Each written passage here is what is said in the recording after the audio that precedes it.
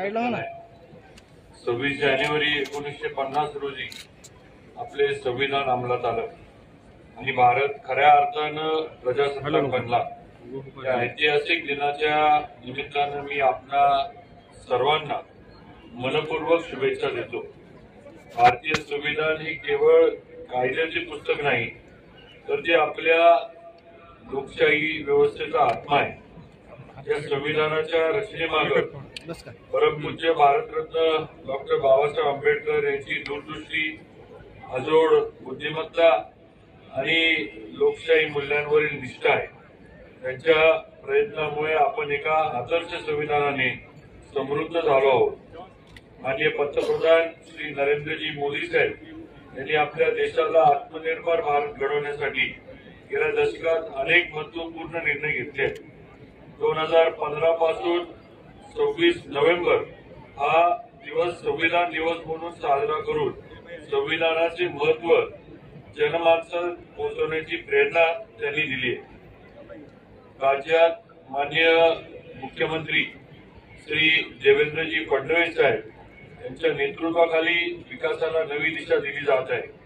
त्यांनी 100 दिवसाचा कृती आराखडा जाहीर केला आहे, ज्या अंतर्गत 15 एप्रिल 2025 पर्यंत महत्वाच्या विकास कामांना पूर्ण करण्याचे उद्दिष्ट ठेवण्यात आले आहे। यासोबतच नागरिकांना जलद गतीनं सेवा सुविधा उपलब्ध करून देणे हा देखील या उपक्रमाचा भाग आहे। महाराष्ट्राचं आणि मराठवाड्याचा इतिहासात आपला लातूर जिल्ह्याचे विशेष महत्व आहे। विविध क्षेत्रात नावलौकिक असलेल्या या जिल्ह्याचे पालकमंत्रीपद माझ्याकडे आले आहे, याचा मला नक्कीच मनस्वी आनंद आहे। सामाजिक सलोखा, वैचारिक अधिष्ठान व सांस्कृतिक श्रीमंती ही या जिल्ह्याची एक ओळख आहे। बंधू भगिनींनो, आपण मराठवाडा मुक्ती संग्राम लढ्याचा इतिहास विसरू शकत नाही। आपल्या स्वातंत्र्यासाठी अनेकांनी जीव गमवावे लागला। ही लढाई आपल्या संविधानातील स्वातंत्र्य, समता आणि न्याय मूल्यांचे महत्व अधोरेखित करणारी होती। या लढ्यात लातूर जिल्ह्याचं योगदान अत्यंत महत्वपूर्ण असे आहे। आपल्या जिल्ह्यात जलयुक्त शिवार अभियानाचा टप्पा 2 सुरू करण्यात आला आहे। यातून 128 गावांमध्ये 143 कोटी 59 लाख रुपयांची कामे प्रस्तावित आहेत।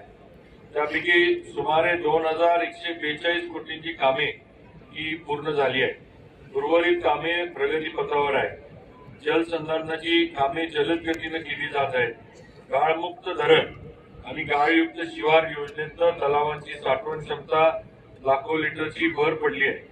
कृषी पंपांसाठी मुख्यमंत्री वीज सवलत योजना राबवल्यामुळे जिल्ह्यात जवळपास 1,38,000 शेतकऱ्यांना मोठा दिलासा मिळाला आहे।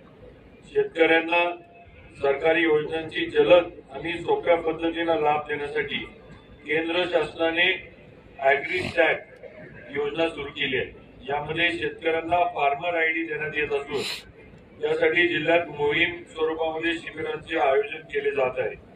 महिला सक्षमीकरणासाठी मुख्यमंत्री लाडकी बहीण योजना आणि लेक लाडकी योजनेसारखी उपक्रम प्रभावीपणे अंमलात आणली जात आहेत।